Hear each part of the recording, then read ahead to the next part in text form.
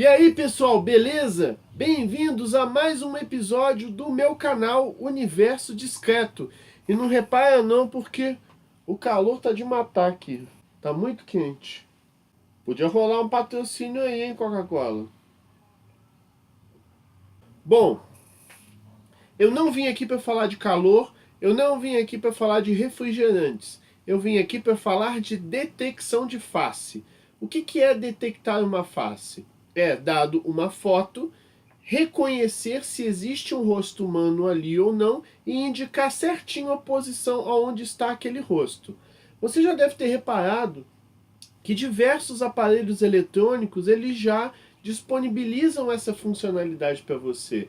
A webcam do Windows faz isso bem, câmeras fotográficas também tem muito esse tipo de coisa, câmeras de vigilância também detectam faces, é, próprios jogos de videogame, celular, detecção de face está aí e está para ficar. E o que eu queria falar com vocês aqui hoje é como funciona o algoritmo que detecta uma face humana. É claro que existem N abordagens diferentes e eu vou falar para vocês a mais clássica. O detector de objetos, que é muito usado para face, ele foi criado por dois caras, Paul Viola e Michael Jones, sendo popularmente conhecido como Viola Jones.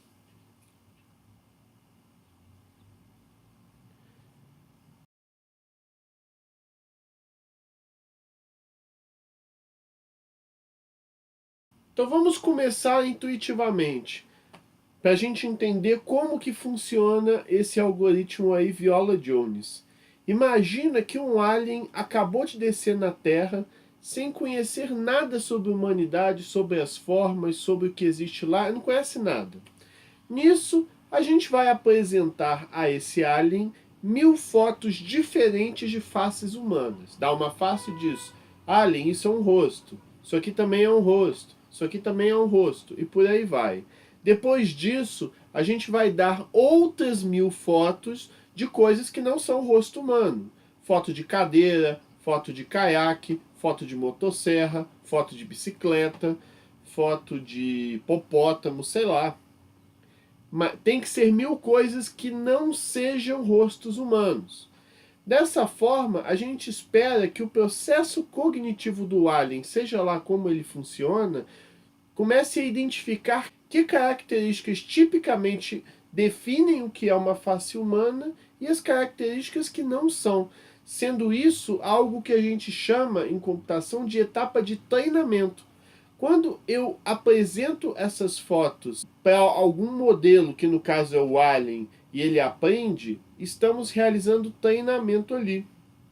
É muito comum a gente realizar um treinamento e armazenar aquele treinamento, aquele conhecimento num arquivo, para a gente consultar futuramente para fazer a detecção de face de fato. Pensando que o Alien é esse computador, é esse modelo, a gente naturalmente sabe que toda face humana compartilha algumas propriedades em comum. Né? Temos dois olhos, a distância entre os olhos tende a ser parecido, a gente tem esse nariz que tem uma pontezinha, temos a boca, temos as bochechas. Então, assim, os seres humanos compartilham propriedades em sua face muito comuns. E curiosamente, na matemática existe uma descrição que casa perfeitamente com essas relações à nossa face, que são as features de Haar. Então a gente é muito dependente de algo na matemática que chama features de Haar para fazer essa identificação de partes de um rosto. Mas vamos entender melhor que propriedades são essas que as features de Haar elas ajudam na identificação. Eu vou dar alguns exemplos para a gente entender. Se você observar, em geral, a região dos olhos é mais escura do que essa região que fica aqui na parte superior das bochechas. É uma característica normal que você observa principalmente na foto de uma face preto e branco. Além disso, se você observar a pontezinha aqui do nariz, essa áreazinha aqui do nariz, ela é muito mais branca, muito mais clara do que a região dos olhos. E se a gente continuar essa brincadeira, a gente vai perceber diversos padrões de iluminação, que uma parte é clara e uma parte é escura. Curiosamente, esses padrões de diferenças de tons, eles são muito comuns de serem representados em features de RAR, que nada mais são do que máscaras que você vai marcar sobre a face das pessoas. Olha aí no vídeo agora que eu coloquei para vocês uma feature de RAR sobre o rosto de um indivíduo. Se você notar aí, a parte branca do nariz fica justamente no retângulo branco, enquanto as partes mais escuras da bochecha ali ficam naquela região preta. Imagine que a gente vai somar os pixels da região clara no rosto humano. Quando eu digo para você somar os pixels da região branca, eu me refiro a somar os pixels da pele do ser humano que estão posicionados em cima daquele retângulo branco. Se a gente somar todos os pixels daquele retângulo branco e subtrair pelos pixels que compõem os retângulos pretos, a gente vai chegar num determinado valor. E esse valor costuma ser sempre o mesmo quando a feature de RAR está exatamente em cima da pontezinha do nariz. Ou seja, se você colocar a feature de RAR ali e fizer esse cálculo justamente em cima da pontezinha do nariz, você vai chegar num valor característico que dá a entender, é um forte indício que ali você está sob uma face, mais precisamente está sob o nariz. Depois disso, pessoal, a gente vai pegar outra feature de RAR, outra máscara, e aplicar sobre o sujeito. Nesse exemplo que eu estou mostrando agora no vídeo para vocês, você tem um retângulo preto sobre os olhos e logo embaixo um retângulo branco sobre o nariz e as bochechas. A tendência é que a região dos olhos seja mais escura e essa região retangular embaixo seja mais clara. Se você fizer a diferença de um pelo outro, também você vai chegar num determinado valor. Então, se você atingir esse valor, se você se aproximar desse valor, você novamente tem um grande indício que naquele trecho ali você tem uma face humana. Então, pessoal, você vai aplicar diversas, mas existem muitas features de RAR sob a face que vai captando esses padrões. Até que ele começa a perceber que estamos exatamente em cima de uma face. Com isso, sabemos que ali tem uma face. Mas eu sei que você é um cara esperto. E você vai dizer, tá bom, Lucas, aplicar as features de RAR quando você sabe que o rosto está ali é muito fácil. Mas como é que o algoritmo inicialmente vai saber ao longo da foto inteira que o rosto está ali para aplicar as features de RAR ali? Essa é uma excelente pergunta. E meu jovem, a verdade é que não tem como a feature de RAR adivinhar que o rosto inicialmente está num determinado ponto.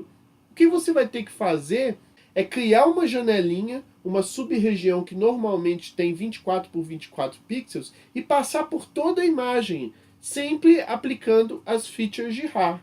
Até que eventualmente, aí como é que funciona? Você começa na origem da imagem, aplica essa janela, aplica todas as features de RAR ali.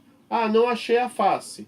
Então você desloca um pixel para a direita, faz tudo de novo.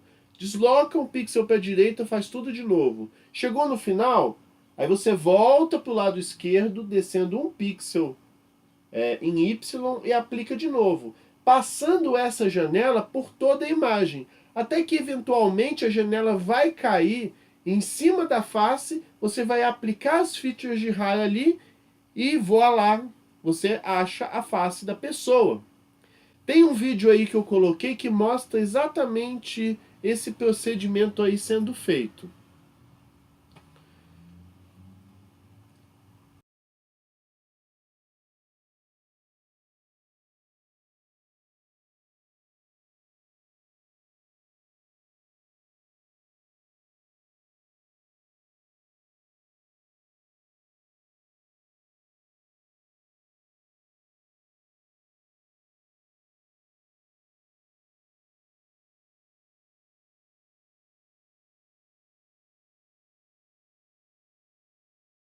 Outro ponto, pessoal, que talvez vocês perguntem é quantas features de RAR existem?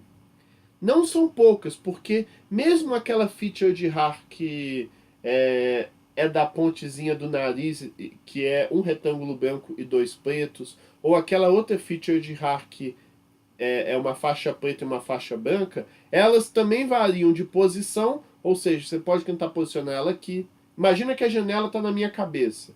Você pode tentar aplicar aquela feature aqui, depois um pouco embaixo aqui, aqui, aqui. A do nariz você aplica aqui, aqui, aqui, aqui. Você vai pegar ela, aumentar um pouco de tamanho, porque às vezes o meu rosto está muito perto da câmera, ou você vai diminuir essas features de RAR, porque o meu rosto está longe da câmera. Então você vai ter diversas variações de posição, de tamanho e de tipo dessas features de RAR. Isso, pessoal, a gente tem que fazer porque a face pode estar em qualquer lugar da imagem e em qualquer tamanho. Fazendo uma verificação aqui na internet, eu descobri que o total de features de RAR pode alcançar 160 mil para cada janela. 160 mil! Isso é muita coisa. Imagine que para cada janela sua 24 por 24, você tem que aplicar 160 mil features de RAR. Depois que terminou as 160 mil, você vai para outra. 160 mil aqui, você vai para outra. Não dá. Não dá. Não é fisicamente possível você fazer isso. É impossível você fazer todas essas verificações. Ainda mais se for em tempo real, já que um vídeo costuma ter algo em torno de 24 frames por segundo. Dessa forma, essa é uma estratégia muito boa, mas inviável na prática. Dessa forma, meu amigo, a gente precisa voltar para a prancheta de estudos e pensar, será que não tem algum jeito de eu otimizar esse processo? Será que não tem um jeito de eu reduzir o número de máscaras? Será que eu realmente preciso de 160 mil máscaras? Será que não dá para eu descartar algumas? Sim, isso dá. E isso é feito por um algoritmo de aprendizado bastante avançado que chama AdaBoost. Eu não vou explicar aqui todo o funcionamento do AdaBoost, primeiro porque é bastante complexo, o vídeo vai ficar muito extenso, e eu acho que não é interessante a gente tratar isso agora.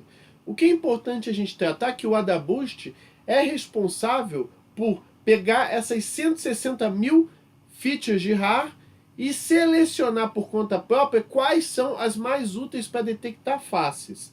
Então, o AdaBoost ele vai descartar as features de RAR que não são úteis para o problema e vai manter as que normalmente são usadas para detectar face.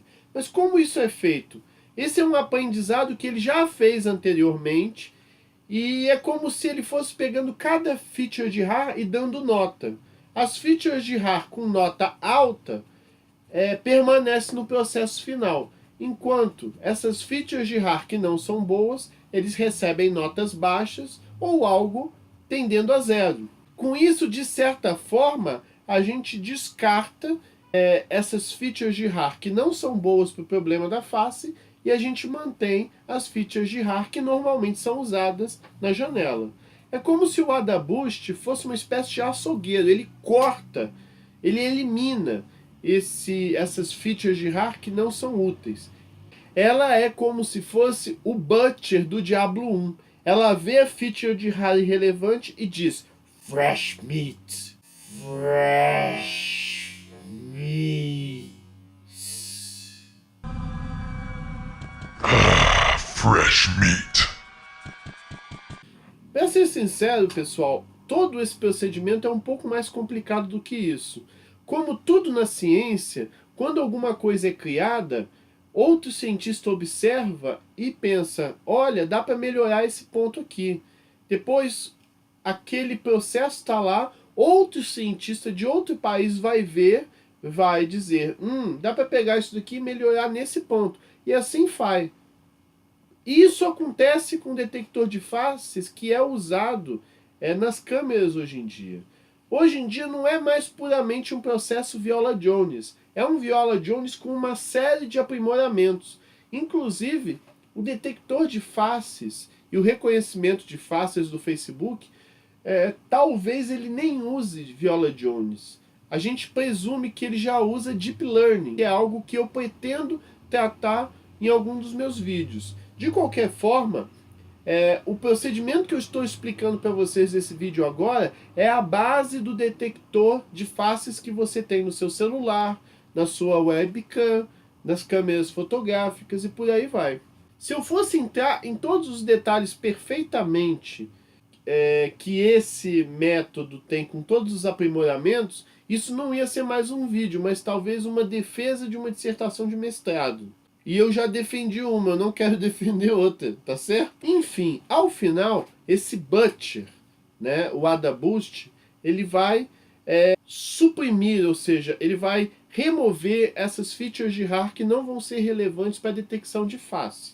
Nesse momento, as features de RAR que sobreviveram e que continuam sendo usadas na janela, a gente vai chamar nesse ponto de classificador fraco. E esses classificadores fracos vão dar apenas saída 0 e 1. Vamos dar um exemplo para a gente entender. Imagina que a feature de RAR está aqui a janela. Eu sou a janela. Imagina que a feature de RAR que fica sob o meu nariz, que foi a que sobreviveu no AdaBoost, imagina que ela dá um resultado bom aqui para o meu nariz, ou seja, o valor que essa feature de RAR obteve aqui é bastante compatível com o nariz de uma pessoa. Nessa situação, essa feature de RAR, que é um classificador fraco, vai dar saída 1. Agora, se tiver outra feature de RAR, por exemplo, aquela que é usada para o olho e para a sobrancelha, vamos imaginar que ela está aqui por alguma razão. Ela vai aplicar aqui, ela vai dar um resultado e vai dizer que esse resultado aqui é incompatível para olho e bochecha. Logo, esse classificador fraco aqui, essa feature de RAR, vai dar uma saída 0. Você vai ter vários classificadores fracos, ou seja, várias features de RAR que agora vão dar saída 0 e 1. E para a nossa analogia ficar boa da gente entender, vamos imaginar que cada classificador fraco é um deputado em um congresso. Exemplos com deputados são populares, vamos ver se está certo. Vamos imaginar que a janela na minha face é o congresso. E cada classificador fraco é um deputado. E cada um desses deputados, que são as features de RAR, são responsáveis por uma única feature. Por exemplo, essa do nariz, um reconhecedor de boca, o reconhecedor de olho e bochecha e por aí vai. Cada deputado, né, cada feature de RAR, vai observar a sua região e verificar se aquele trecho é compatível com parte da face ou não.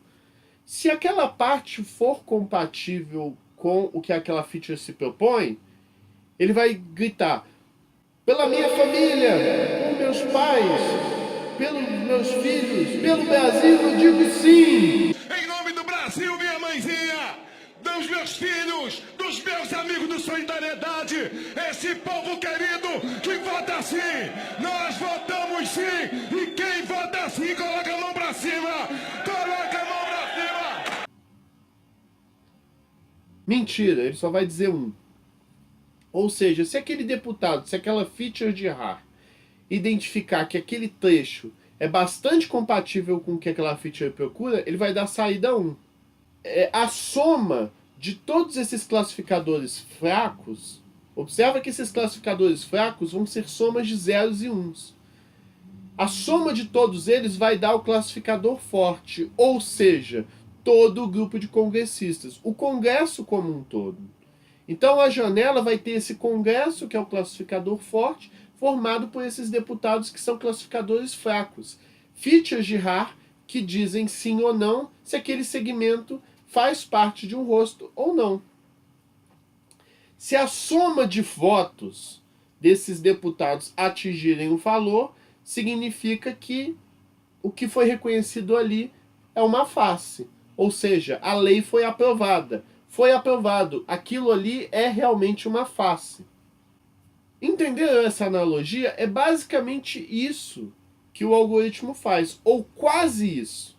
Porque tem um problema. A gente ainda não falou qual o tamanho desse congresso. Se você acha o Congresso brasileiro muito grande, saiba que nesse exemplo da janela, o classificador forte ele vai ter 2.500 classificadores fracos, ou seja, você vai ter 2.500 deputados votando sim e não para aquelas features. Melhorou muito em relação aos 160 mil, mas continua burocrático demais. A gente precisa melhorar isso. Será que não tem como a gente criar uma estrutura menos burocrática para que o nosso algoritmo funcione bem?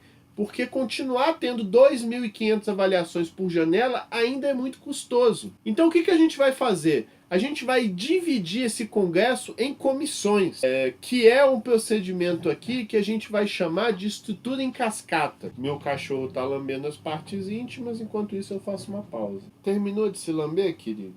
Bom, então a gente não pode usar esse congresso da maneira que está, pessoal. O que a gente vai fazer é dividir esse congresso em comissões. E cada comissão vai ser responsável por avaliar essas faces de maneira hierárquica. Como? Vamos para o exemplo.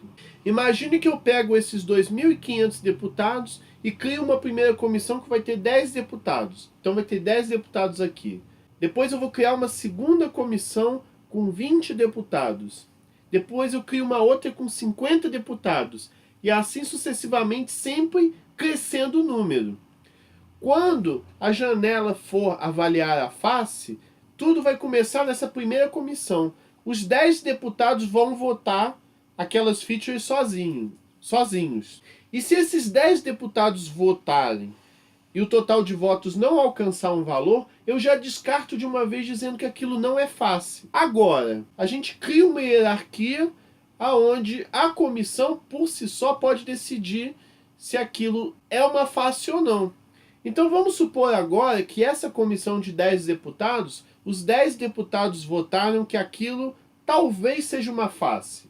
Então a janela vai passar para a segunda comissão, que vai ter 20 deputados, e eles vão analisar. Se o total de votos não alcançar o mínimo para aquilo ser uma face ou não, ela é jogada fora. Mas, se o total de votos alcançar um determinado ponto, isso é passado para a terceira comissão. Depois para a quarta, quinta, sexta. Se a face chegar até o final e o total de votos for alcançado no final, parabéns, aquilo é uma face. Isso é o que a gente chama de estrutura em cascata. O Viola Jones tem essa característica de estrutura em cascata que é muito importante. Então o que essa estrutura em cascata, pessoal, realiza não é muito diferente de um videogame, onde você tem que ir passando de fase e só quando você vence o último chefão na última fase, você reconhece a face. Vocês entenderam a teoria? Bom, eu falei a teoria e agora vamos para a prática. Vamos implementar esse troço e ver no que vai dar. Bom, pessoal, beleza? Eu estou agora aqui nessa interface porque eu falei demais, né? Foi muita teoria no começo. Eu achei importante fazer isso para a gente ter um pouco de noção. Eu acho que falta um pouco esse conteúdo mais explicativo sobre como o detector de faces funciona. Eu mesmo não conhecia tão bem, precisei estudar bastante para explicar no vídeo. Mas não pode faltar a prática, né? Então eu vou mostrar aqui para vocês agora o código de como implementar um detector de faces diretamente em vídeo. O código já está aqui, pessoal. Eu não vou ficar me estendendo muito, reescrevendo ele do zero, porque o vídeo já está extenso. Então eu já vou partir do código pronto, funcionando, e explicar ele para vocês, tá? Então, o código parece que é grande, mas não é não. Vocês lembram que eu falei para vocês que é interessante existir uma definição de função main no Python, que é usando esse if name main. Eu já expliquei isso num outro vídeo. Isso é para você garantir que esse código aqui não vai ser usado por outro código Python, por outro arquivo. Você vai estar garantido que só vai executar se a pessoa estiver rodando esse script aí diretamente, e ele vai chamar a função main. Qual que é a função main, pessoal? A função main é essa aqui. Aí lembra que eu falei para vocês que alguém de muito bom coração pegou 1000 faces de pessoas ou mais, sei lá, eu não tenho ideia de qual é esse número. Ele foi treinando tudo bonitinho, usando as features de RAR, foi vendo os valores que foi dando e jogando num arquivo. Depois ele pegou milhares de outras fotos de coisas que não são face, aplicou as features de RAR e deu uns outros números muito doidões. Ele gravou isso tudo num arquivo XML chamado Har Cascade Frontal Face Default XML. E aí vem uma questão importantíssima que eu queria falar no vídeo. O Viola Jones, esse detector de objetos, ele não é só para face. O OpenCV tem vários treinamentos, tem para carro, putz, agora de cabeça não estou lembrando, mas tem para um monte de objetos. E um deles é a face frontal. Tem um que é só para detectar olho, tem muitos. Então você pode simplesmente selecionar qual é o arquivo de base de dados de treino já pronto. É como se fosse já o conhecimento mastigadinho que o Alien precisaria para aprender, para você só pegar e usar.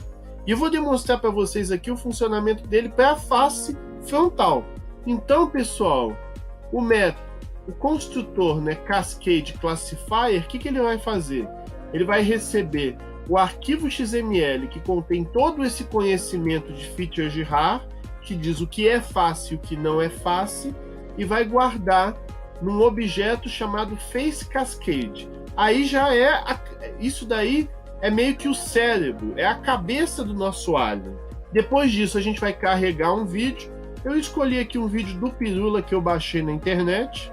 Eu baixei de 4 youtubers, né? Eu vou fazer... Isso aqui é uma minissérie, são 3 episódios, você está no primeiro.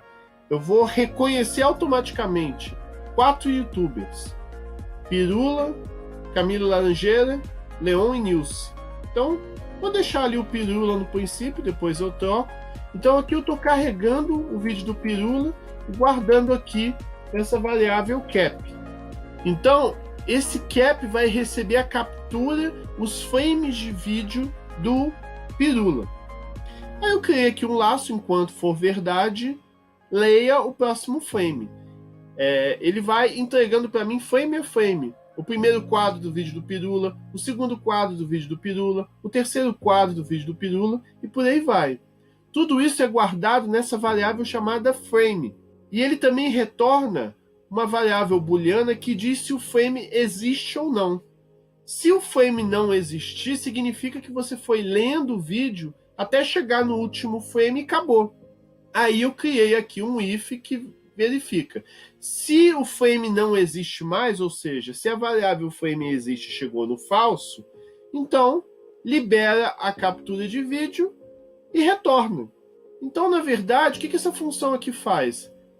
É um loop, é um laço que fica sempre entregando o próximo frame para mim. Cada frame é guardado na variável frame, é o quadro, é a imagem do vídeo. E enquanto existe um frame, aquela variável ali vai receber true. É importante você lembrar que eu esqueci de falar isso antes, isso é uma informação importante. O classificador Viola Jones, ele trabalha com imagem preto e branco, então o reconhecimento não é feito a cores, é feito com preto e branco. Então a gente faz aqui uma conversão de colorido para cinza, coisa que a gente já cansou de fazer nessa série, não é mesmo? E agora vem uma parte importantíssima. Essa função aqui embaixo, que se chama Detect Multiscale, é ela que vai fazer a detecção de face em múltiplas escalas. Eu até coloquei nos comentários porque os parâmetros são um pouco chatinhos de entender, mas vamos lá. O primeiro parâmetro da função que reconhece face é a imagem em tom de cinza. Tem que ser tom de cinza. A segunda, pessoal, é um parâmetro que tem a ver com a escala que a imagem vai se reduzindo à medida que a verificação é feita. Porque lembra que eu falei com vocês que a face pode ter múltiplas escalas. Minha face pode estar perto da câmera, pode estar meio perto, pode estar longe, pode estar longeão.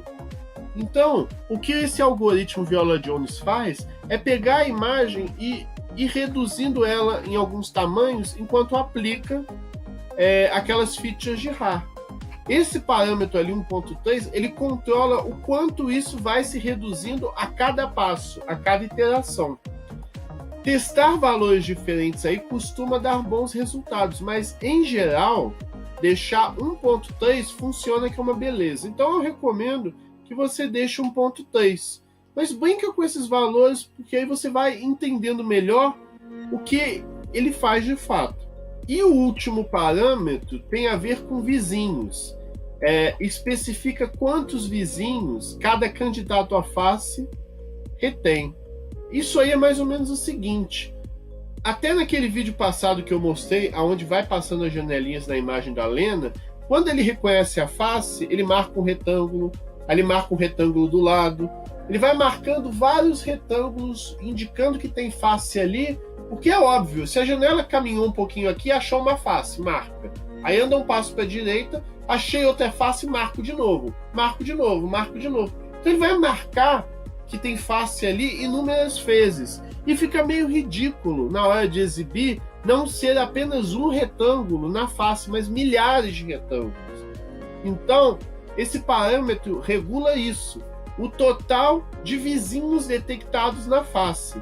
Quanto maior o valor, mais vizinhos precisa ter para ele dizer que ali tem uma face. O ideal é você deixar esse parâmetro entre 3 e 6. O 5 é o que o OpenCV colocou para mim por padrão, então é por isso que eu uso ele. Então essa função aqui vai detectar uma face em múltiplas escalas e guardar aqui, acho que é uma lista de faces que ele achou. Aí o que você vai fazer? Para cada face, você vai desenhar um retângulo ali indicando que a face está ali. Aí eu fiz um laço, um for. Cada face vai ser um vetor com 4 elementos, que é o x, a posição x onde a face começa, a posição y onde a face começa, a largura dessa face, e a altura dessa face. Com isso, você consegue os 4 pontos necessários para desenhar um retângulo. Eu vou usar uma função que chama CV2 Rectangle. E o que ela faz? Ela desenha um retângulo em cima da imagem. E que parâmetros eu passo para eu desenhar um retângulo qualquer em uma imagem?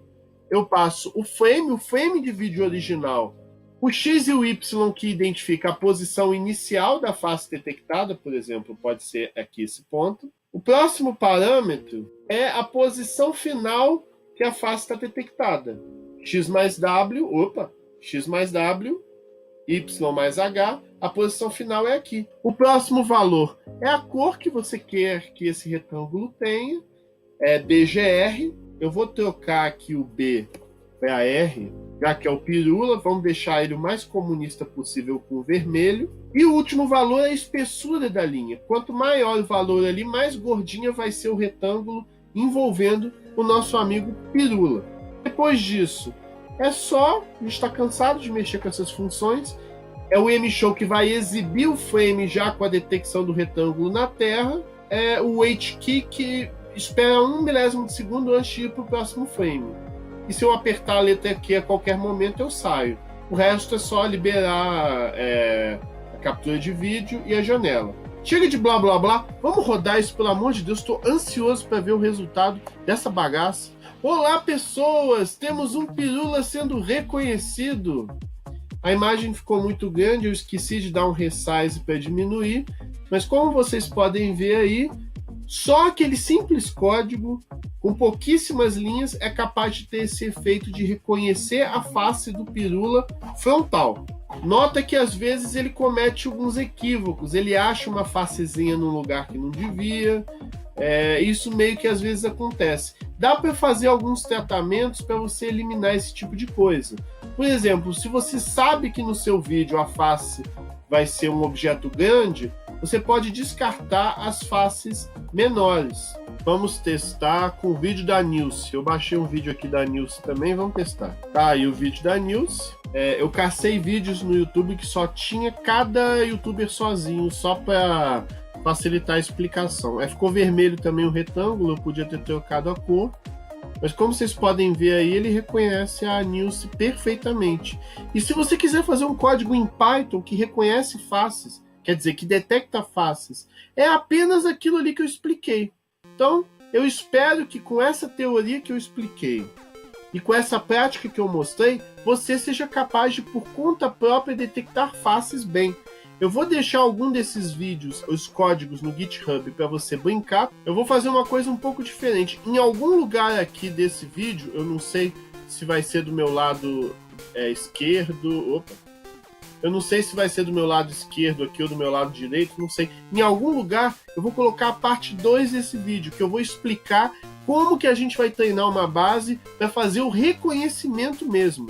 Então, na parte 2 eu vou explicar como é que a gente cria essa base de dados, vou te dar a dica para você criar uma, para no vídeo 3 a gente finalmente reconhecer tudo, tá certo, pessoal? Então é isso, obrigado, clica aí, não deixa de clicar no lugar que tiver aí, e até a próxima.